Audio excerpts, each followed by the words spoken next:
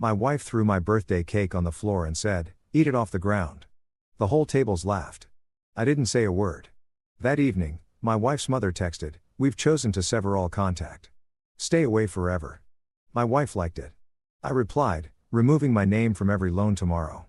By midnight, the group chat flooded. 100 missed calls. I stood in the center of my own living room, surrounded by people who were supposed to love me, and watched my birthday cake, a 3-layer chocolate masterpiece with hand-piped frosting, arc through the air in slow motion before it hit the hardwood floor with a wet, decisive slap.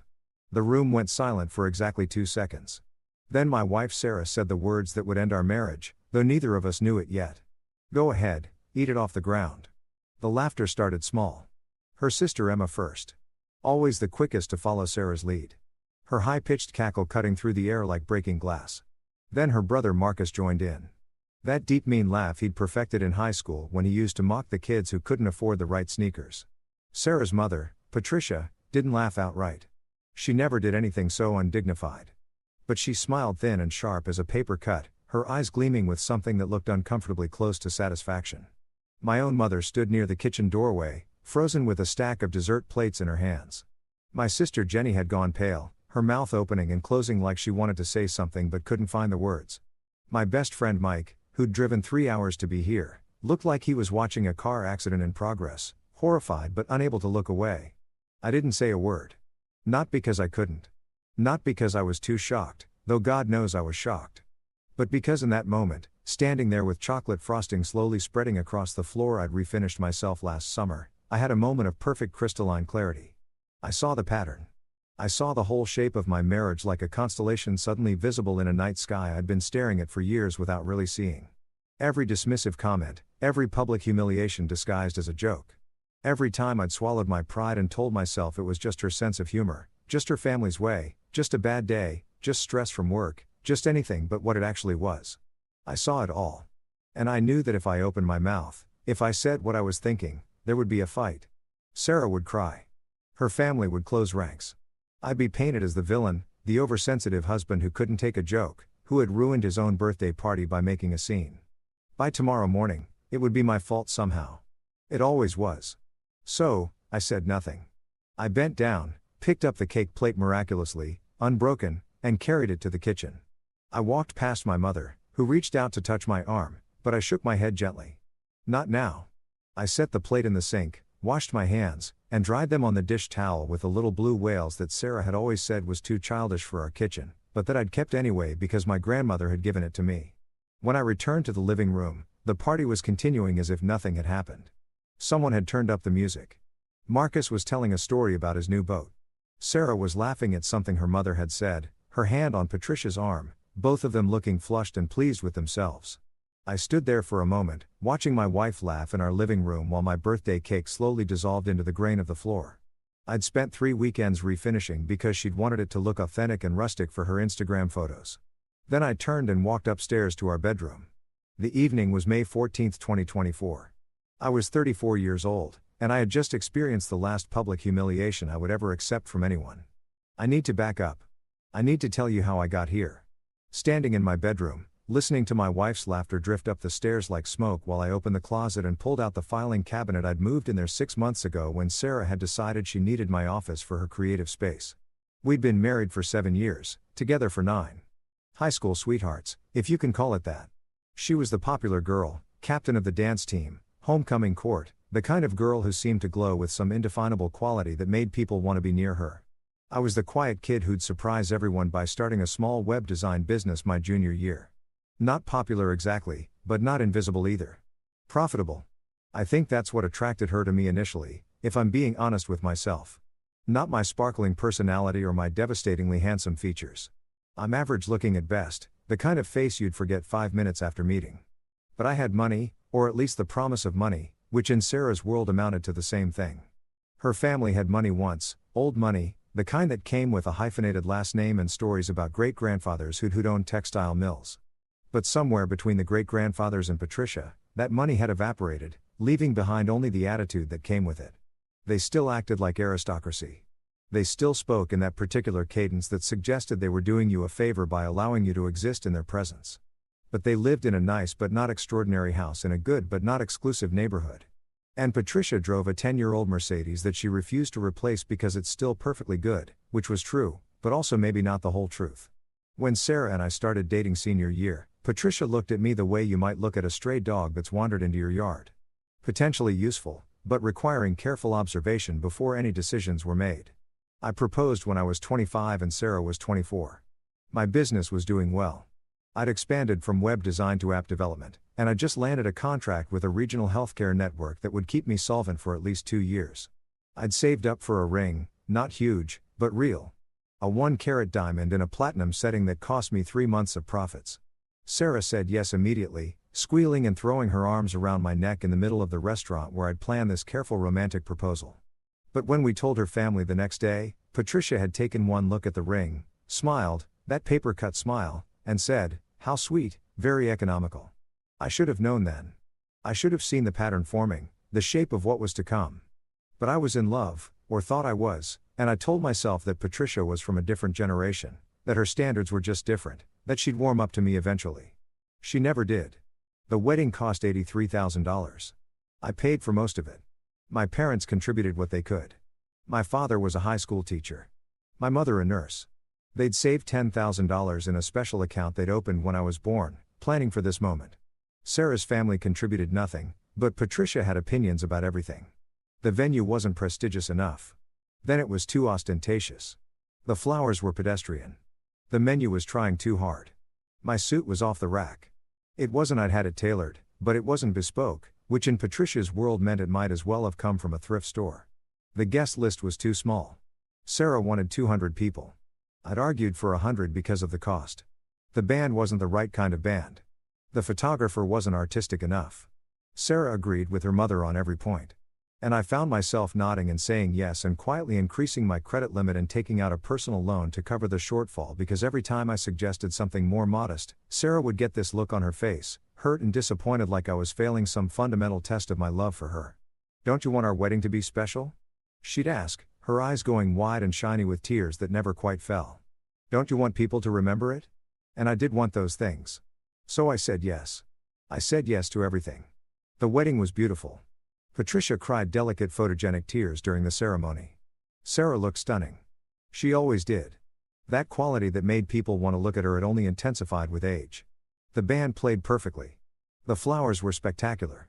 Everyone said it was the loveliest wedding they had ever attended. I spent the next 3 years paying it off. Sarah didn't work.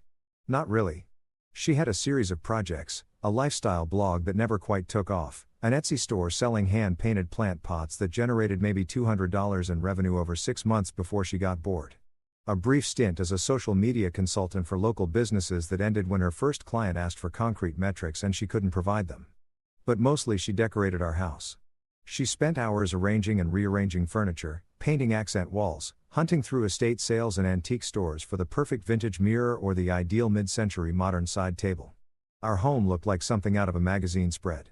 Carefully curated, aesthetically perfect, completely devoid of any personality that wasn't hers. I worked a lot. The app development business was competitive, and I'd transitioned into primarily doing contract work for larger companies, less creative freedom, but more financial stability.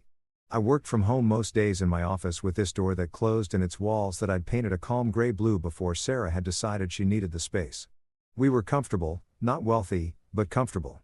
We took vacations, always to places Sarah wanted to go, always staying in hotels that were just slightly beyond our budget because Sarah said life was about experiences, not savings accounts.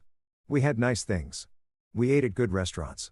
Sarah drove a new Lexus SUV that she'd insisted she needed for the business she was going to start. That one was going to be an interior design consultation service, but it never materialized beyond a logo she'd paid someone to design and a website I'd built for her that she never updated. I drove a 6-year-old Honda.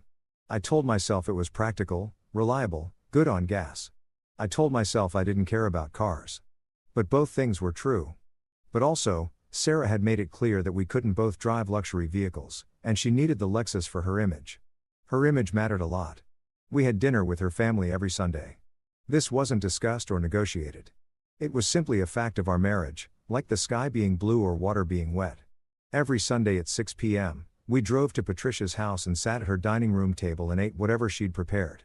Always traditional, always vaguely British in the way that American families who want to seem aristocratic default to roast beef, Yorkshire pudding, overboiled vegetables. Patricia presided over these dinners like a queen holding court. Marcus would talk about his job at the investment firm entry level, but he made it sound like he was personally managing billions. Emma would discuss her latest drama.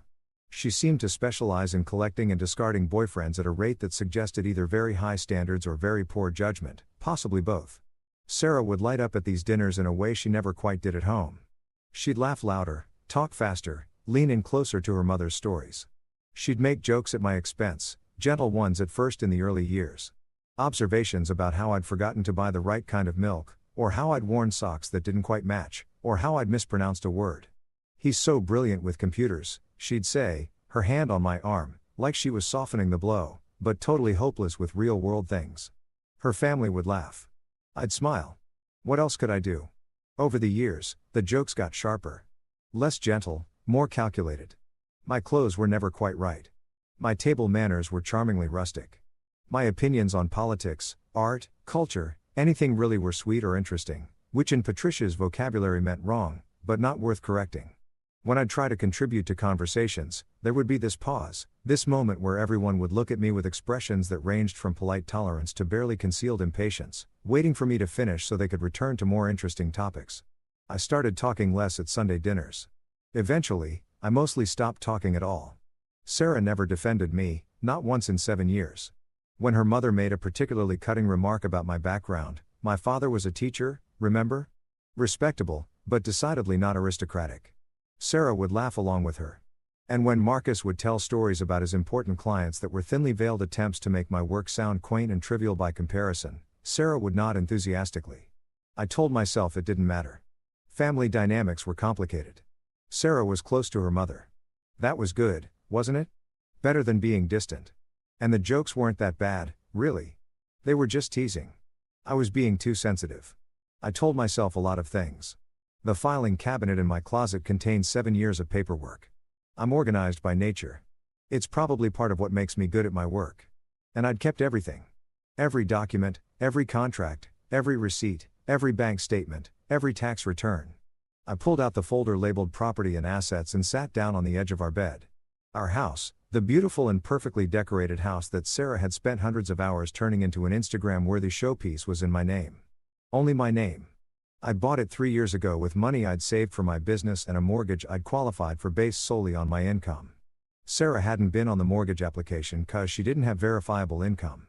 She'd signed some papers at closing, but they were spousal consent forms, not ownership documents. The house was mine. The Lexus she drove was leased and the lease was in my name cause again she didn't have the income to qualify on her own. I was legally responsible for the monthly payments. Our credit cards, we had 3, were all in my name. She had cards attached to my accounts, but they weren't her accounts. Every purchase she made appeared on statements that came to me that I paid for my checking account every month. I pulled out the folder labeled Family Loans. This was more complicated. 6 years ago, Marcus had called me. Not Sarah, me directly. He'd been apologetic, embarrassed even. He was having some cash flow problems. He said the investment firm was restructuring. His commissions were delayed. He had rent coming due. And his landlord was being unreasonable about late payments. Could I help him out? Just short term, just until his next commission check cleared. $5,000. I transferred it the next day. He never paid it back. 4 years ago, Emma had needed help with her car. The transmission had failed and she didn't have the money for repairs. Could we loan her $3,000? Sarah had asked me, her eyes soft and pleading. She's my sister. We can't just let her be without a car. Emma never paid it back either. 3 years ago, Patricia's roof had needed extensive repairs. Water damage, structural issues, the kind of thing that couldn't be postponed. She'd needed $20,000. She'd asked Sarah, who'd come to me with that same pleading expression. It's my mother. She raised me. How can we say no? I hadn't said no. I'd taken out a personal loan, not a home equity loan, because the house was still too new and I didn't have enough equity yet, and given Patricia the money. She'd promised to pay me back in installments. She'd made 3 payments of $500 each, then stopped. When I gently mentioned it to Sarah, she'd gotten angry with me. My mother is struggling, she'd said. How can you be so cold about this? Money isn't everything. I'd let it go, and I'd always let things go. Over 7 years, I'd loaned Sarah's family a total of $63,000. I had documentation for all of it. Texts, emails, bank transfers, even a few promissory notes that Patricia had insisted on writing up because we're not the kind of family who doesn't formalize these things properly. The notes were notarized and everything, though I'd never imagined I'd need to enforce them. I pulled out another folder, joint expenses. Except they weren't really joint, were they? I paid the mortgage. I paid the property taxes. I paid the utilities, the insurance, the HOA fees, the landscaping service. Sarah had insisted we needed the house cleaner who came every 2 weeks, the grocery bills, the restaurant tabs, the vacation costs, the car payments, both cars. Actually, 'cause mine was paid off, but I'd financed hers. Sarah contributed nothing financially to our household. She hadn't in years. I sat there on our bed in our bedroom with its perfectly coordinated linens and its carefully selected artwork and its designer lamps, and I did math. Over 7 years of marriage, I'd earned approximately $1.4 million from my business. After taxes and business expenses, that netted out to roughly $900,000. We'd spent about $700,000 on the wedding and on the house down payment and mortgage, on furnishings, on cars, on vacations, on daily living expenses, on loans to Sarah's family that would never be repaid. We had $200,000 in savings and retirement accounts, all in my name. Sarah had contributed zero to any of this. My phone buzzed. A text from my mother. "Are you okay? Do you want me to come up?" I typed back, "I'm fine.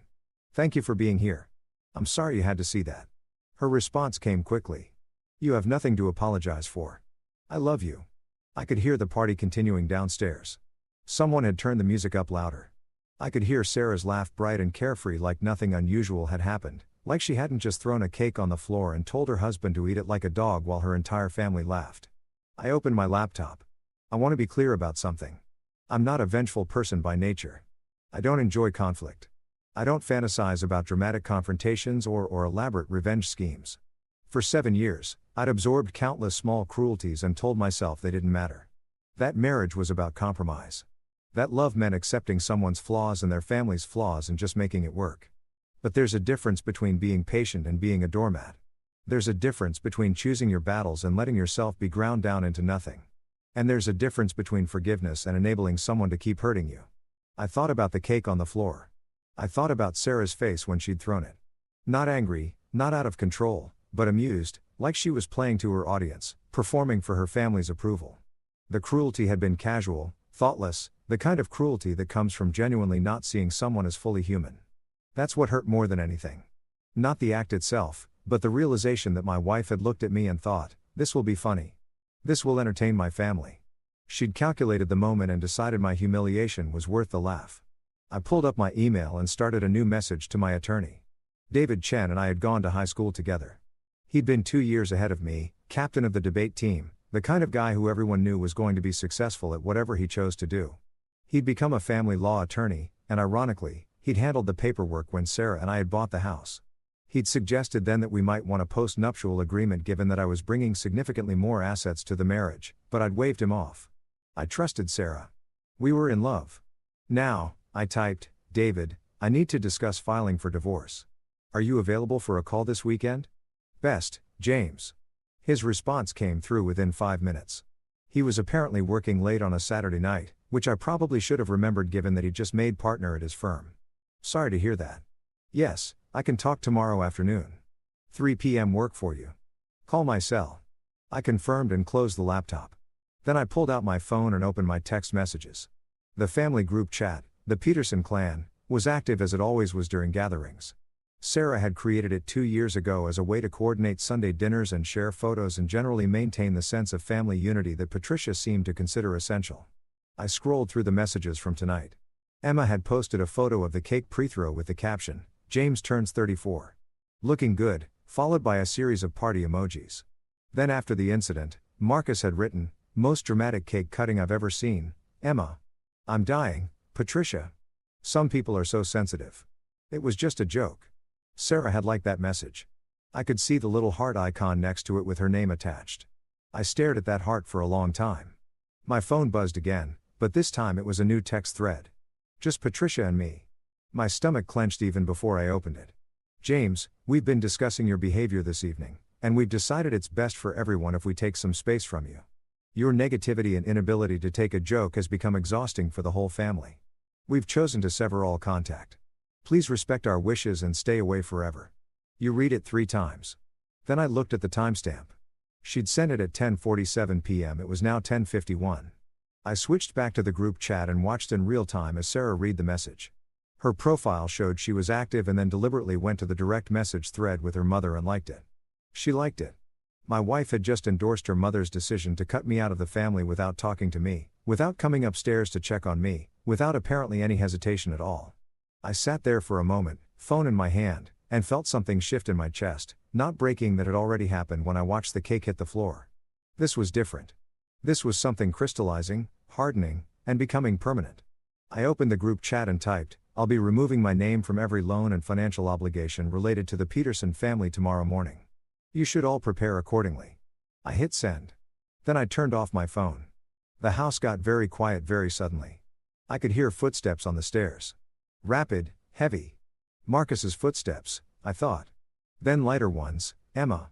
Then Sarah's distinctive quick step, the one she used when she was moving with purpose. Someone knocked on the bedroom door. Then knocked again harder. "James, James, open the door." Sarah's voice, higher pitched than normal.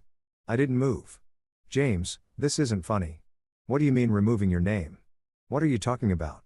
More knocking. Multiple hands now. "Buddy, come on. Let's talk about this." Marcus's voice, trying for reasonable, but landing somewhere around panicked. I opened my laptop and started working. First, the credit cards. I logged into each account and marked Sarah's supplementary cards as lost or stolen. They'd be deactivated within minutes. Then I set up new cards for myself, different numbers which would arrive in 3 to 5 business days. The knocking continued. Sarah was saying something about how I was being ridiculous, how they'd been joking. How could I be so sensitive? Didn't I understand how family worked? Next, the Lexus lease. I logged into the account and started the process to terminate it early. There would be penalties, but I'd rather pay them than continue being responsible for a car payment on a vehicle I didn't drive for a person who just endorsed cutting me out of her family while laughing about my humiliation. The termination couldn't be completed online. It required a phone call and proper notice, but I filled out the preliminary paperwork and set a reminder to call first thing Monday morning. "James, I know, my mother didn't mean it like that." Sarah was really shouting now. She was upset. "You embarrassed us by walking away like that. You made a scene." I'd made a scene by quietly leaving the room after my wife threw my birthday cake on the floor and told me to eat it off the ground. I'd made a scene. I pulled up my bank accounts. We had one joint checking account that we'd opened when we got married. Sarah had insisted on it. Said it was important for married couples to share finances. In practice, it was the account where I deposited money and Sarah withdrew it. Current balance, $8,300. I initiated a transfer to my personal checking account, $8,299, leaving $1 in the joint account. I couldn't close it unilaterally, but I could empty it. I'd close it properly through my attorney. "James, open this door right now." Patricia's voice, now sharp with command. The tone she probably used on service workers who weren't moving fast enough for her liking. I looked at the door. It had a lock, standard bedroom privacy lock, the kind you can open with a pin or a small screwdriver if you need to. I wondered if they'd try. I decided I didn't care.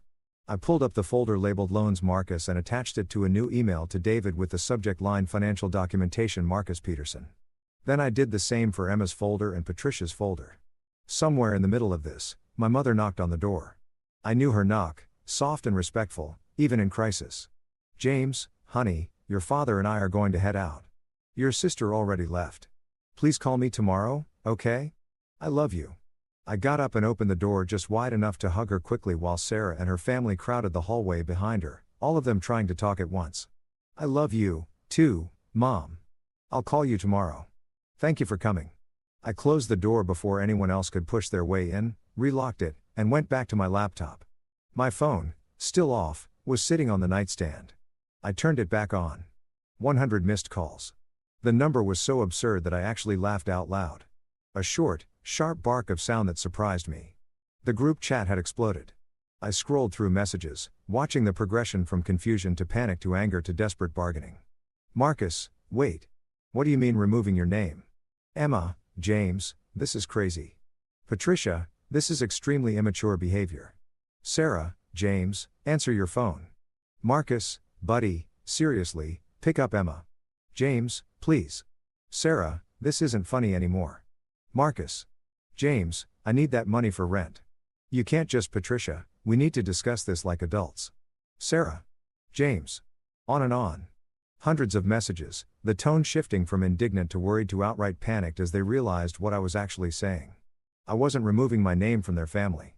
I was removing my name and my financial liability from their lives. The house loan that Marcus had sworn was temporary and would be paid back within 6 months. That was my money legally, but I documented it carefully, including his written promise to repay. I could pursue it legally if I wanted to. The car repair for Emma. Same situation. Patricia's roof. She'd signed a promissory note. It was legally binding. But more immediately, more urgently for them, I was the one who paid for everything in Sarah's life. The house she lived in, the car she drove, the credit card she used for her daily Starbucks runs and her online shopping and her lunches with friends, the utilities that kept her comfortable, the phone bill that was currently being run up with desperate calls to my number. I opened the phone carrier's website and looked at our family plan. Sarah's line was under my account. So was Patricia's. Actually, I'd added her 2 years ago when she'd complained about her bill being too high, and somehow I'd ended up paying it permanently. I removed both lines from my account, effective end of billing cycle. They'd have 22 days to set up their own service. Someone was trying to use a credit card on the bedroom door lock. I could hear the plastic scraping against the mechanism. It wouldn't work. The lock was designed to prevent exactly that. But the fact that they were trying was almost funny. Almost. I looked at the clock. 11:43 p.m. I pulled up a text message. This one to my sister Jenny. Hey, I'm okay. I'm getting a divorce. Can I stay with you for a few days while I sort things out? I'll leave tomorrow. Her response was immediate. Oh my God. Yes. Come whenever. I'm here. I love you. I'm so sorry about tonight. Then should I come get you now? Do you need an extraction? I smiled. Jenny was a social worker, but she'd clearly been watching too many action movies. No, I'm good. I'll drive over tomorrow afternoon. Thank you. I packed a bag, clothes, laptop, and important documents from the filing cabinet, my passport, my banking information, the external hard drive with my business backups. I packed methodically, calmly, taking my time. Every so often, someone would knock on the door or try to talk to me through it, but I tuned them out. At some point, the house got quiet again. I heard car doors and engine starting. Patricia and Emma leaving probably. Marcus might have driven separately or gotten a ride with them. Sarah was still in the house. I could hear her downstairs talking on the phone. Her voice was high and strained, not quite crying, but close.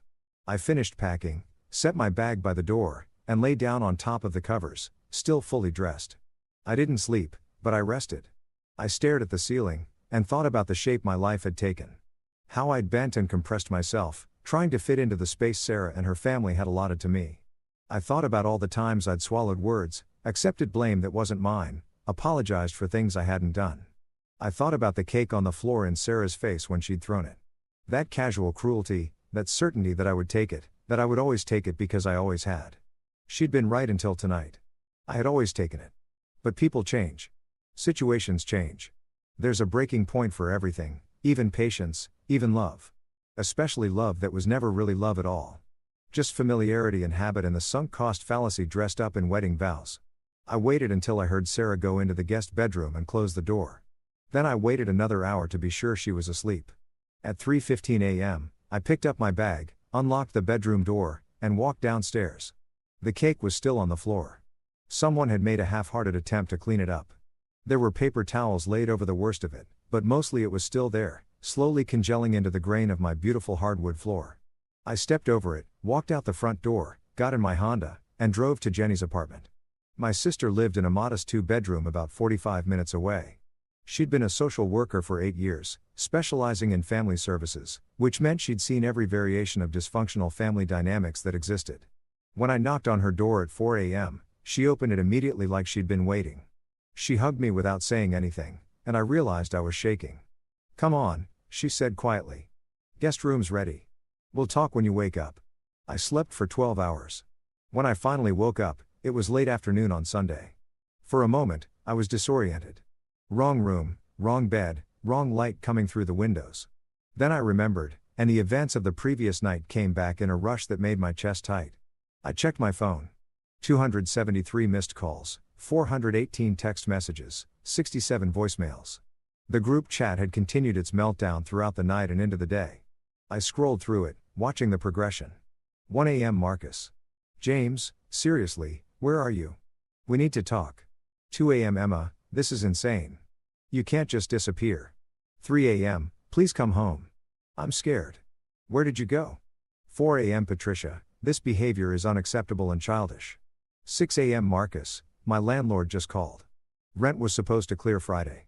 What the hell, James? 8 a.m. Sarah. James, I'm sorry. Okay, I'm sorry about the cake. Please come home. 10 a.m. Emma, my card got declined at brunch. Did you seriously cancel my card? Patricia, we need to speak immediately. This vindictive behavior is beneath you. Noon. Sarah. James, where are you? 100 p.m. Marcus, I'm going to have to borrow money from mom now. You realize that, right? You're putting her in a bad position. 2 p.m. Patricia, I don't know what's gotten into you, but this stops now. 3 p.m. Sarah, I called your mom and she won't tell me where you are. This is not okay. We're married. You can't just leave. I put the phone down and went to find Jenny. She was in the kitchen making what smelled like chicken soup. She looked up when I came in and studied my face for a moment. How are you holding up? I don't know yet, I said honestly. Ask me again in a week. She nodded and ladled soup into a bowl. Eat, then we'll talk. The soup was good, homemade, the kind of thing our mother used to make when we were sick as kids. I ate slowly, feeling the warmth spread through me, feeling slightly more human with each bite. Okay, Jenny said when I'd finished. Tell me what you need. I need a divorce attorney. I have one actually, David Chen. Remember him from high school?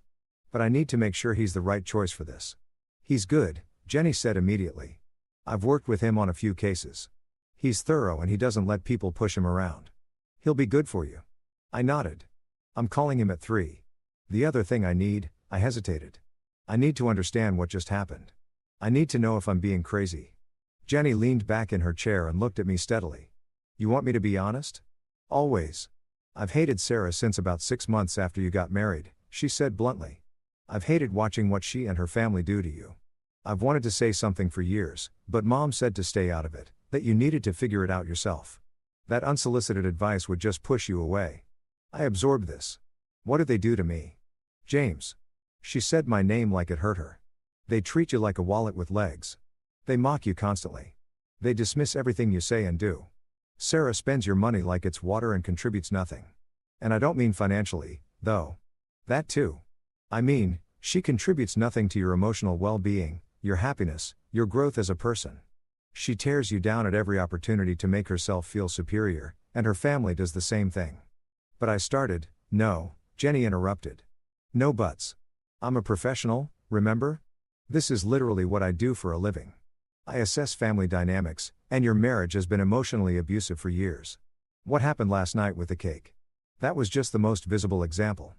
But the constant belittling, the financial exploitation, the isolation from your own feelings and perspective, that's abuse, James. That's not normal marriage problems. That's abuse. I sat with that for a long moment. Abuse. The word seemed too big, too dramatic for what I'd experienced. Abuse was violence, wasn't it? Abuse was screaming and threats and visible damage. But Jenny was watching me with professional compassion. The look I'd seen her give her clients when she had to tell them difficult truths. And I realized she was right. She was absolutely right. So, what do I do? I asked. You already started, she said. You left. That's the hardest part. Now you follow through. You get a good attorney. You document everything. You protect yourself legally and financially. You don't let them manipulate you into going back or feeling guilty or believing that you're the problem. Sarah keeps texting that she's sorry. Of course, she is.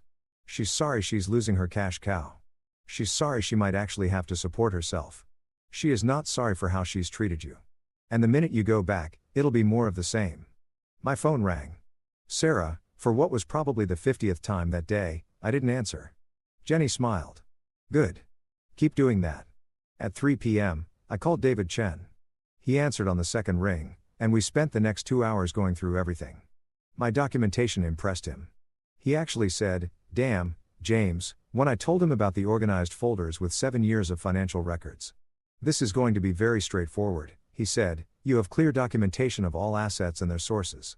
You have evidence of loans to her family that were never repaid. You kept your business finances separate. You own the house outright in your name. There are no children involved.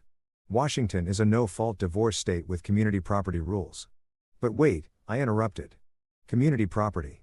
Generally speaking, assets acquired during a marriage are considered community property and split 50-50 in a divorce. But there are exceptions, particularly when one spouse brought significantly more assets to the marriage and maintained them separately. And when there's clear evidence that the other spouse that made no financial contribution, so she could get half the house. She could try, but you bought it with your money. It's titled in your name only, and you have documentation showing the source of funds was your premarital business. Plus, you have evidence she contributed nothing financially to the marriage. A judge would likely rule that the house is your separate property. Same with your business, your retirement accounts, your savings. Relief flooded through me. What about the loans to her family? Those are technically debts they owe you. You could pursue repayment through small claims court or civil court, depending on the amounts on. The question is whether you want to. I thought about it. I want them to know I could. I want it documented as part of the divorce proceedings, but I'm not sure I want to actually spend the time and energy chasing them for money. That's fair. We can include it in the divorce petition, a full accounting of marital finances, showing your contributions and her family's debts to you. It'll be part of the official record even if you don't pursue collection. And the credit cards, the phone lines, the car lease, all that. All appropriate to cancel or remove her from since they're in your name and you're solely financially responsible. She's going to be angry, but you haven't done anything illegal or even ethically questionable. You've just stopped paying for her lifestyle. We talked through logistics. I'd need to file a petition for dissolution of marriage. There would be a 90-day waiting period in Washington state. Mandatory cooling-off period. David would handle all the paperwork. We'd start the process first thing Monday morning. One more thing, David said. The text from her mother last night, the one about severing contact. Save that. Screenshot it. Back it up. That's going to be very useful if they try to paint you as the bad guy who abandoned the family. They're already doing that, I said, thinking of the group chat.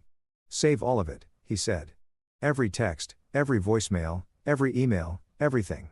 This is going to get uglier before it gets better. He was right. Monday morning, my phone started ringing at 6 a.m. Sarah, then Patricia, then Marcus, then Emma, then Sarah again, then Patricia, then Marcus, then Emma, then Sarah again in a rotating pattern that suggested they'd coordinated their approach. I didn't answer any of them. At 9 a.m., David filed the petition for dissolution of marriage at the county courthouse. The petition included a full accounting of all marital assets and debts, including the documented loans to Sarah's family members totaling $63,000. At 10 a.m., I called the Lexus dealership and explained that I needed to terminate the lease early. The penalties were steep, $4,000, but it was worth it to be free of that monthly obligation. The dealership sent a tow truck to pick up the vehicle at my house that afternoon. I also called the insurance company and removed Sarah from my auto insurance policy. At 11 a.m., Sarah apparently discovered that her car was being repossessed. The voicemails that followed were educational. James, what the they're taking my car? You can't do this. This is my car. Except it wasn't. It was a leased vehicle in my name that I'd been paying for, but she'd apparently convinced herself it was hers. More calls, more voicemails, getting increasingly frantic. James, I need my car for work. What work? James, you're being completely unreasonable. I was being unreasonable. James, my mother said you're being emotionally abusive by cutting off my transportation. The irony was apparently lost on her. At 1 p.m., a process server delivered the divorce petition to Sarah at the house. At 1:47 p.m., according to the timestamp, I received a text that simply said, "You're really doing this?" Not a question, a statement, like she'd finally realized this was real. I didn't respond. At 3:00 p.m., Jenny came home from work to find me sitting on her couch, staring at my phone with an expression she later described as shell-shocked. What happened? She asked immediately. I showed her the latest voicemail. Patricia, her voice shaking with what might have been anger or might have been genuine emotion. It was hard to tell with her. James, I don't know what kind of game you think you're playing, but this has gone far enough. My daughter is distraught. You've humiliated this family. The way you walked out on your own birthday party, the way you're treating Sarah now, it's cruel and it's beneath you. I raised her to choose a good man and I thought you were that man. But clearly, I was wrong. You need to stop this nonsense. Apologize everyone and come home. We can all move past this like adults. Call me back. Jenny listened to the whole thing, her expression getting progressively more incredulous. Did she seriously? Jenny started, then stopped and started again. Did she seriously just frame your response to abuse as the actual abuse? I think she did. That's textbook Darvo. Jenny said deny, attack, reverse victim, and offender. They're going to try to flip the narrative. So, you're the villain. You need to prepare for that. She was right, but I was exhausted. I'd barely slept in 2 days. My entire life had detonated in the space of 48 hours, and I was running on adrenaline and spite. I need to go see the house, I said suddenly. I need to get more of my stuff before this gets worse. I'll come with you, Jenny said immediately. You don't have to. I'm coming with you. You're not going there alone. We drove to the house at 5 p.m., hoping Sarah would be out. No such luck. Her friend's car was in the driveway, which meant she'd gotten a ride home after her car had been picked up. Jenny parked on the street. You want me to come in? No. Wait here. If I'm not out in 20 minutes, call me. If I don't answer, come in. You sound like you're planning a heist. I feel like I am. The front door was locked. She'd changed the locks already, which was both illegal since my name was on the deed and also completely expected. But I had a key to the back door that I'd hidden in the garden shed months ago, back when I had locked myself out once and had to wait 3 hours for Sarah to come home and let me in. I let myself in through the back. The house was quiet. I could hear voices upstairs. Sarah and someone else, probably her friend Michelle, who'd always encouraged Sarah's worst impulses. I moved quickly and quietly, gathering things I'd need. My desktop computer from the office, more clothes, my grandmother's watch that I kept in my nightstand, photo albums from before I met Sarah, a few books that mattered to me. I was heading back downstairs with my second load when Sarah appeared at the top of the stairs. What are you doing? Getting my things, I said calmly. You can't just break into our house. It's my house, Sarah. My name is on the deed. You changed the locks illegally. You abandoned me. I left. That's different. She came down the stairs and I could see she'd been crying. Her eyes were red and swollen, her face blotchy. Part of me wanted to feel sorry for her. That part was smaller than it used to be. James, please, she said, her voice breaking. Please, can we just talk about this? What's there to talk about? Everything. The cake. I know that was wrong. I was just trying to be funny and it came out wrong and I'm so sorry. And the thing with my mom, she was upset because you left the party. She didn't mean it. And I shouldn't have liked that text. I was hurt that you walked away. I stood there with my arms full of belongings, looking at my wife, my soon-to-be ex-wife, and felt nothing but tired. Sarah, you threw my birthday cake on the floor and told me to eat it off the ground. In front of both our families, your family laughed. You laughed. That wasn't a joke that came out wrong. That was deliberate cruelty. I didn't mean it like, yes, you did. You absolutely meant it exactly like that. And your mother's text wasn't just about me leaving the party. She said they were cutting off all contact with me permanently. And you liked it. You endorsed them cutting me out of the family while I was upstairs alone. I was angry. You embarrassed us. I embarrassed you. I couldn't help the bitter laugh. I embarrassed you by quietly removing myself from a situation where I was being humiliated. That's what you're going with, James? Did you know? I said, suddenly curious. That over the course of our marriage, I've loaned your family $63,000 that was never paid back.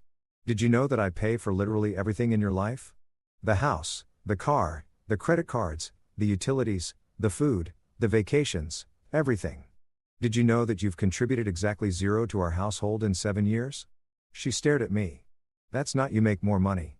I was building my business. What business, Sarah? The blog that got 3 posts before you gave up. The Etsy store that made $200. The interior design consultation service that never got a single client. You've been building your business for 7 years while I've been paying for your entire existence. That's so cold, she said.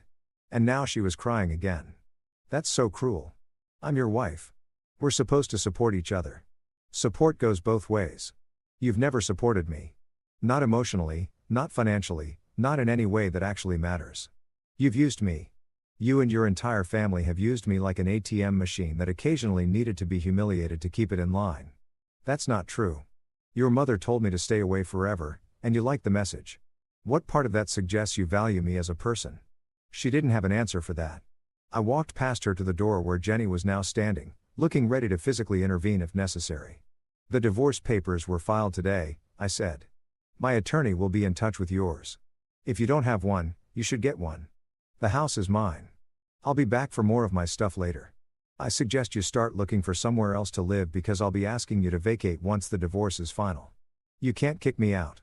This is my home. It's my house. You'll have 90 days minimum because of the waiting period. But yes, eventually you'll need to find your own place, one that you pay for yourself. I left her standing there crying, calling my name. I felt bad about it for approximately 10 minutes. Then I remembered the cake on the floor and her laughing face, and I didn't feel bad anymore. The next 2 weeks were a blur of legal paperwork and logistics. Sarah hired an attorney. Patricia paid for it, of course, and immediately filed a motion asking for temporary spousal support and exclusive use of the marital home. David filed a counter motion with our complete financial documentation showing that Sarah had no basis for spousal support claims given that she'd contributed nothing to the marriage financially and had demonstrated no effort to become self-supporting. The family group chat had gone quiet after I'd muted it, but individual messages continued. Marcus sent me long texts about how I was ruining his life by suddenly demanding repayment of the loan I'd given him 6 years ago. Emma sent me crying voice messages about how I was tearing the family apart. Patricia sent formal cold texts about my obligations and my character deficiencies. Sarah's messages cycle between apologetic, angry, and desperate. I'm sorry. I love you. Please, can we fix this? You're being incredibly cruel and everyone sees it. I don't know how to pay for anything. You've left me with nothing. My attorney says you're required to maintain the status quo. You can't just cut me off financially. That last one was partially true. There were rules about maintaining status quo during divorce proceeding. But status quo meant I had to keep paying the mortgage on the house and keep the utilities on. And it didn't mean I had to keep paying for her discretionary spending, her car, her phone, or her credit cards. David filed a detailed financial declaration showing exactly what I was maintaining. The house, the utilities, the property insurance, and what I'd legitimately terminated, her personal credit cards, her car lease, her phone line. The judge reviewing the temporary orders agreed with our position. Sarah would have to get a job. The concept seemed to genuinely shock her. What am I supposed to do? She asked in one voice message, her voice high and strained. I don't have any recent work experience. You've made it impossible for me to build a career. I'd made it impossible, but by paying for everything so she could pursue her various business ventures that never materialized into actual businesses. I'd made it impossible by never once discouraging her from working or asking her to stay home. I'd made it impossible by being a financial safety net that enabled her to treat employment as optional. The logic was fascinating in its complete inversion of reality. 3 weeks after I left, I went back to the house one final time to get the last of my belongings. Sarah had finally moved out. She was staying with Patricia, which seemed fitting. The house was in disarray. She'd apparently gone through in a rage and taken or damaged anything she thought of as hers, which included some things that were objectively mine. She'd taken my grandmother's quilt from the guest bedroom, my record player, several books that had been gifts from my parents, and left damage in her wake, holes punched in walls, a broken window, the hardwood floor in the living room, the floor I'd refinished myself, deliberately gouged with what looked like keys. I took photos of everything and sent them to David. She's not helping herself, he said when he called me back. This is going to look very bad in front of a judge. Destruction of property, theft of your personal items. We can use this. I don't want to destroy her, I said. I just want to be done. I know, but she's making choices here that have consequences. Document everything and let me worry about strategy. I packed up the last of my things, my books, my clothes, some kitchen items I brought into the marriage, the few pieces of furniture that were meaningful to me. Jenny helped me load everything into a U-Haul, and I took one last look at the house I'd worked so hard to buy and maintain. It was supposed to be our home, our future, the place where we'd build a life together. Instead, it was just a house, a nice house, objectively speaking. Good bones, great location, beautiful original details that I'd lovingly restored. But it had never been a home. Not really, because a home needs more than good bones and nice finishes. Needs respect and kindness and mutual support, and we'd never had any of those things. I locked the door and dropped the keys into a mailer for David to hold in trust until the divorce was final. Then I drove away and didn't look back. The divorce took 6 months total. Sarah's attorney tried various tactics, claiming she deserved half the house, half my business, half my retirement accounts, ongoing spousal support, compensation for her lost career opportunities, even a portion of my future earnings. David countered every claim with documentation. My meticulous record-keeping became the foundation of our case. The judge was not sympathetic to Sarah's arguments. In the final hearing, Her attorney tried to paint me as financially controlling and manipulative. They brought up the fact that I had canceled her credit cards and her phone line and terminated her car lease. Your Honor, David responded. Mr. Peterson maintained the marital home and all associated expenses as required. The items opposing counsel mentions, credit cards, phone service, and a vehicle lease were all in Mr. Peterson's name alone, accounts for which he was solely legally responsible. Ms. Peterson is a capable adult with no disabilities, preventing her from employment, or from establishing her own credit and phone service. Mr. Peterson was under no legal obligation to continue providing these services for someone who had, according to her own mother's text message submitted as Exhibit 17, been cut off from all family contact. He certainly wasn't obligated to continue this support after being served with divorce papers. The judge reviewed the financial records, the documentation of loans to Sarah's family, the evidence of Sarah's complete lack of financial contribution to the marriage, and the text messages from that night, including Patricia's message about severing contact, which Sarah had liked. His ruling was delivered in dry legal language. But the substance was clear. Sarah would receive nothing except her personal belongings. The house was my separate property. My business was my separate property. My retirement accounts were my separate property. There would be no spousal support. Sarah was young, healthy, educated, and capable of supporting herself. The judge also noted, almost as an aside, that the documented loans to Sarah's family members remained valid debts that I could pursue if I chose to, though they were not part of the marital dissolution itself. Sarah's attorney tried to object, but the judge was done. Miss Peterson, he said, looking directly at Sarah, you made choices throughout this marriage. You chose not to pursue employment. You chose not to contribute financially. You chose to depend entirely on your spouse's income while simultaneously, according to the extensive evidence presented, showing him very little respect or appreciation.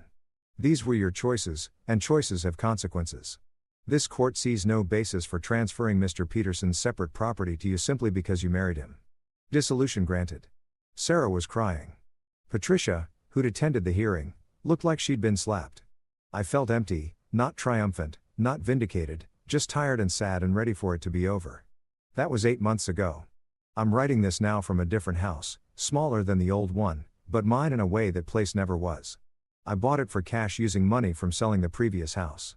It's in a quiet neighborhood with a yard where I'm slowly learning to garden. I have an office with a door that closes and walls I painted the exact shade of gray-blue I wanted. My business is thriving. Turns out when you're not constantly stressed about your home life, you have more energy for work. I've landed 3 major contracts in the past 6 months and hired 2 junior developers to help with the workload. I've been to therapy, a lot of therapy.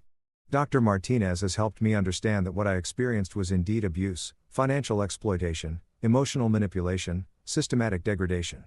She's helped me recognize the patterns, understand why I accepted them for so long, and develop better boundaries for the future. I talk to my mother and Jenny regularly, and my father and I have started a tradition of monthly fishing trips where we mostly sit in comfortable silence and occasionally talk about things that matter. It's been good. I don't talk to Sarah. Our last communication was through attorneys when the house sale finalized and I sent her a check for half the profit. Not because I was legally required to. I wasn't, but because I wanted to be able to look at myself in the mirror. She'd lived there, too, even if she hadn't paid for it. The check was for $43,000. She cashed it without acknowledgement. I did eventually pursue the loans, not out of spite, but because Dr. Martinez helped me understand that allowing people to exploit you without consequences just enables them to exploit others. I filed claims in civil court for the documented loans to Marcus, Emma, and Patricia. Marcus settled immediately, agreeing to a payment plan of $200 a month. He'll be paying me back for approximately 20 months more, and he's been consistent with payments, probably because his attorney explained what would happen if he defaulted. Emma ignored the lawsuit until her wages were garnished. She was furious. Sent me a long rambling email about how I was destroying her life over money that meant nothing to me but everything to her. I didn't respond. Her payments are automatic now, deducted from her paycheck before she ever sees the money. Patricia fought it. She hired an expensive attorney and tried to argue that the loan had been a gift, that the promissory note she'd signed was signed under duress, that I'd misrepresented the terms. Basically every defense her attorney could think of. It took 9 months and cost me about $7,000 in legal fees, but I won. The judge ruled that the promissory note was valid and enforceable, and Patricia was ordered to pay the full amount plus interest and my legal fees.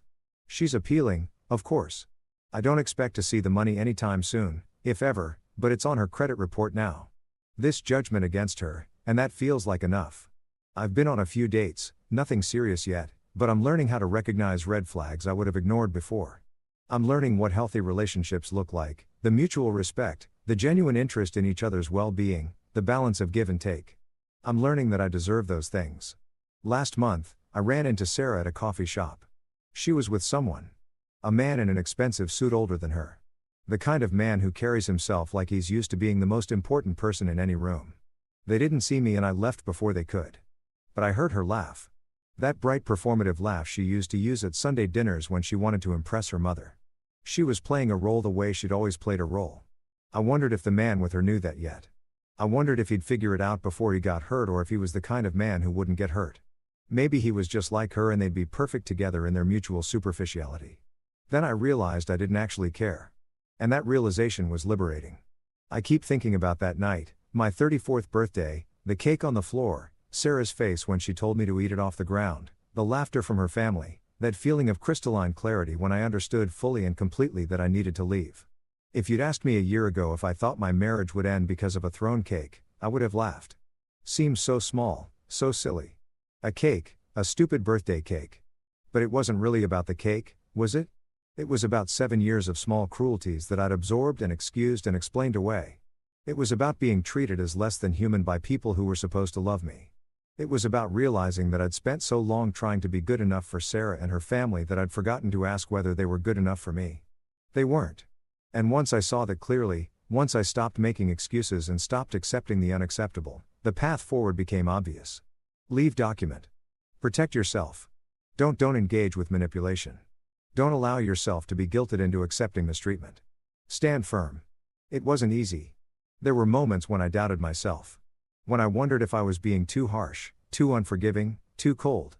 There were nights when I lay awake wondering if I should have tried harder, should have gone to marriage counseling, should have given her another chance. But then I'd remember the cake on the floor. I'd remember her laughing. I'd remember Patricia's text about severing contact and Sarah liking it. I'd remember 7 years of being treated like a wallet with legs, like an ATM with a pulse, like a servant who occasionally needed to be reminded of his place. And I'd know I'd made the right choice.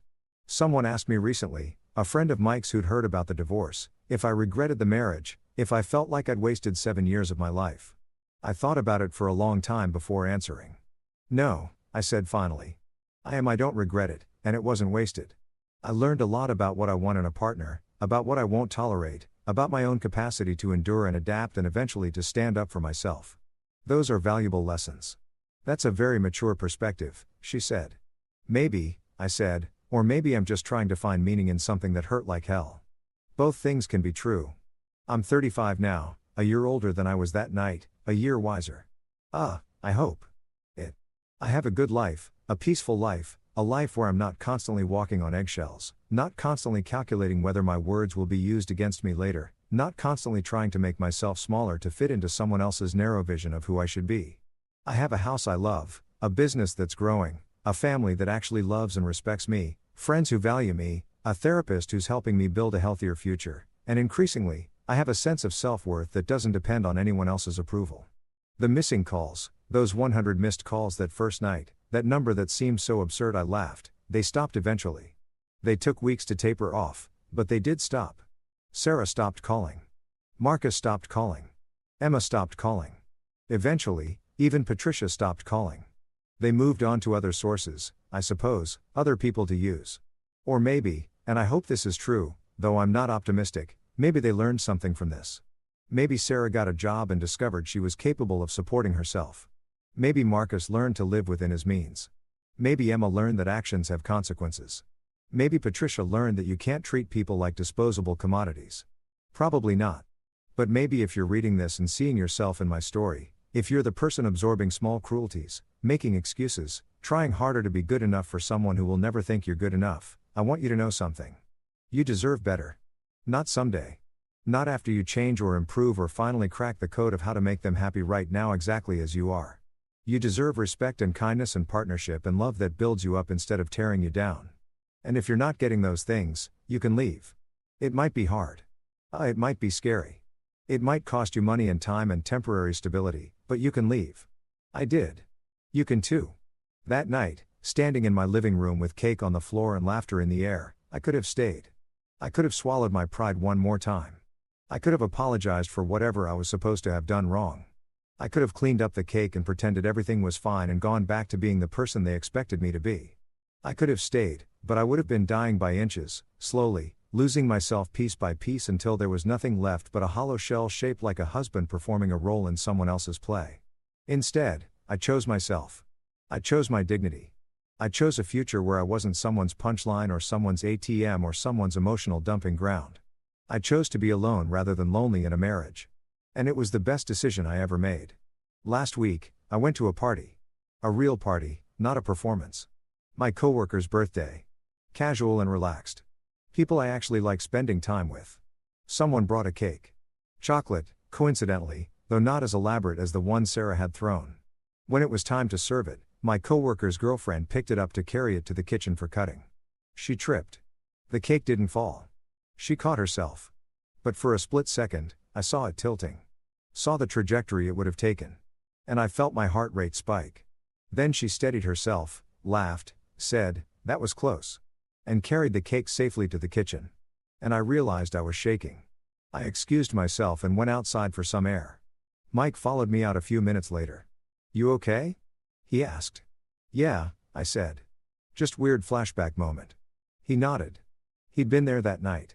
He'd seen the whole thing. "You know it's different now, right? You're with different people. People who actually give a about you." "I know. Do you?" He looked at me seriously. "Because from where I'm standing, you're still waiting for the other shoe to drop. You're still braced for the cruelty. And I get it. That's what trauma does. But you need to let yourself believe that this is real. That there are people who will treat you with basic decency without you having to earn it or brace for them to take it away." He was right. Dr. Martinez had said similar things. It's one thing to intellectually understand that you deserve better. It's another thing to emotionally believe it. To let yourself relax into trust and connection without constantly waiting for the betrayal. I'm working on it. Sometimes I wonder what Sarah tells people about our divorce. I wonder if she's learned anything or if she's spun it into a story where she's the victim and I'm the villain who cruelly abandoned her. I imagine her at brunch with friends, dabbing her eyes delicately with a napkin, explaining how her husband just snapped one day for no reason and left her with nothing. How he was always so cold and calculating with money. How she tried so hard to make him happy, but nothing was ever good enough. How his family turned him against her. How she's had to rebuild her entire life from scratch because of his cruelty. Maybe that's what she believes. Memory is funny that way. We tend to remember ourselves as the heroes of our own stories, even when we're not. Or maybe she knows. Maybe late at night, alone with her thoughts, she remembers the cake on the floor and her mother's text and the pattern of small cruelties that led to that moment. Maybe she has moments of clarity where she sees what she did, what she was, what she caused herself. I don't know. I'll never know. And increasingly, I'm okay with that. Her interior life isn't my responsibility anymore. Her growth or lack of growth isn't my concern. She's not my problem to solve or my person to fix or my burden to carry. She's just someone I used to know. Last month, I celebrated my 35th birthday. Jenny threw me a small party, just family and close friends, people who actually care about me. My parents came. Mike was there and a few of my new friends from work. We grilled burgers in my backyard. Played stupid yard games. Sat around talking and laughing as the sun went down. Someone brought a cake. Chocolate with simple buttercream frosting and Happy Birthday James written across the top in blue icing. When it was time to sing, everyone gathered around and I felt a wave of emotion that caught me completely off guard. These people were here because they wanted to be, because they liked me, not because they had to be. Not because there was something they wanted from me, not because it would look bad if they didn't show up, just because they liked me. We sang Happy Birthday off key and cheerful. And I blew out the candles and made a wish. I wished for continued healing, for growth, for the courage to keep opening myself up to connection even when it's scary. For the wisdom to recognize red flags early on, for the strength to maintain boundaries, for a future where I'm not defined by what I survived, but by what I built afterward. Then we cut the cake and ate it like civilized humans using plates and forks, sitting in chairs or on the grass, talking and laughing and being present with each other. No one threw it on the floor. No one laughed at me. No one made me feel small. It was perfect. I don't know what the future holds. I don't know if I'll ever remarry or if I'll have kids or what my life will look like in 5 or 10 or 20 years. But I know this. I'll never again tolerate being treated the way Sarah and her family treated me. I'll never again make myself small to fit into someone else's narrow expectations. And I'll never again accept cruelty disguised as humor or exploitation disguised as family obligation or abuse disguised as love. I know my worth now. Not arrogantly, not defensively, but quietly and certainly. I know what I bring to relationships. Loyalty and stability and genuine care and the willingness to show up and do the work. And I know that those things are valuable, that they deserve to be reciprocated, and that if they're not, I can and will walk away. That night, May 14, 2024, changed everything. It was the night I stopped accepting the unacceptable. The night I chose myself, the night I realized that sometimes the most loving thing you can do is leave. The cake hit the floor and I walked away. And my life began. It's been 18 months since that night. Now I'm sitting in my home office. My actual office with my door and my walls and my chosen shade of gray-blue. Writing this all down. Why? Partly for myself. Dr. Martinez suggested it as a way to process everything, to see how far I've come, to acknowledge the journey, but partly for anyone else who might need to hear it. Anyone standing in their own living room, metaphorical cake on the floor, wondering if they're crazy for feeling hurt, wondering if they're being too sensitive, wondering if it's really that bad. It is that bad. You're not crazy. You're not too sensitive. And you deserve better. I received a text last week from a number I didn't recognize. It took me a moment to realize it was Sarah. She'd changed her number at some point. The text said, "I've been in therapy. I'm starting to understand things I didn't understand before. I'm sorry for how I treated you. You deserved better. I hope you're happy." I stared at that message for a long time. Part of me wanted to respond, to say something gracious and forgiving, to acknowledge her growth, to wish her well in return. But mostly, I just felt tired. Whether Sarah's apology was genuine growth or just another manipulation didn't really matter anymore. That chapter of my life was closed. She wasn't my responsibility. Her healing journey wasn't something I needed to participate in or validate or even acknowledge. I deleted the message without responding. And then I went back to living my life, my good, peaceful, drama-free life, and I didn't think about it again for the rest of the day. That felt like progress. If there's a lesson in all of this, I think it's this. You teach people how to treat you. And for 7 years, I taught Sarah and her family that they could treat me terribly, and I would absorb it. I would make excuses for it. I would come back for more. The teaching stopped that night when I walked up the stairs and didn't come back down. Sometimes people ask me if I miss being married, if I miss having a partner, if I get lonely in my small house with my quiet life. Sometimes, sure, loneliness is real. And there are moments when I wish I had someone to share things with. The small victories at work, the funny thing I saw on a walk, the peaceful silence of a Sunday morning. But there's a difference between being alone and being lonely. I was lonelier in my marriage, surrounded by people who should have loved me but didn't, than I am now in my solitude.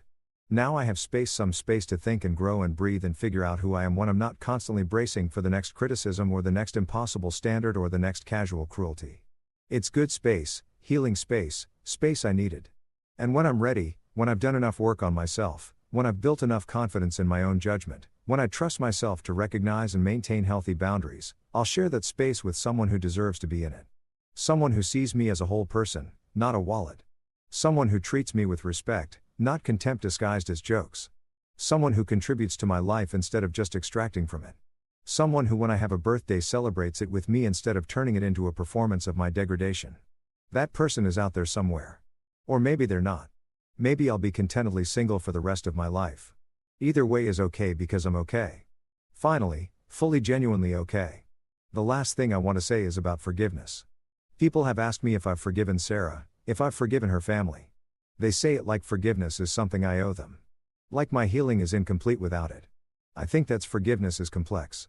It's not a switch you flip or a finish line you cross. It's not something you do for the person who hurt you. It's something you do for yourself if and when it serves you. Have I forgiven Sarah? I don't know. I don't wake up angry at her anymore. I don't fantasize about revenge or spend my energy wishing bad things for her. When I think about her, which is rare, I feel mostly nothing. A distant sort of sadness that things turned out the way they did, but no active bitterness. Is that forgiveness? Maybe. Or maybe it's just indifference, which might be better than forgiveness. Because forgiveness implies a relationship and we don't have one. We won't ever have one. She's not my wife. She's not my friend. She's not my responsibility. She's just someone who taught me a valuable lesson about what I won't tolerate. And for that, paradoxically, I suppose I should be grateful. But gratitude and forgiveness are different things, too. Mostly I just hope she becomes a better person. Not for me. I don't need anything from her but for herself and for whoever comes after me in her life. I hope she learns something. I hope she grows. But whether she does or doesn't, that's not my story anymore. And this is my story. I survived. I left. I rebuilt. I'm thriving. The cake is long gone. Swept up and discarded. The stains scrubbed from the floor. Or I no longer own. But the clarity that came from watching it hit that floor. That's permanent. That's mine to keep. And it's more valuable than any birthday cake could ever be.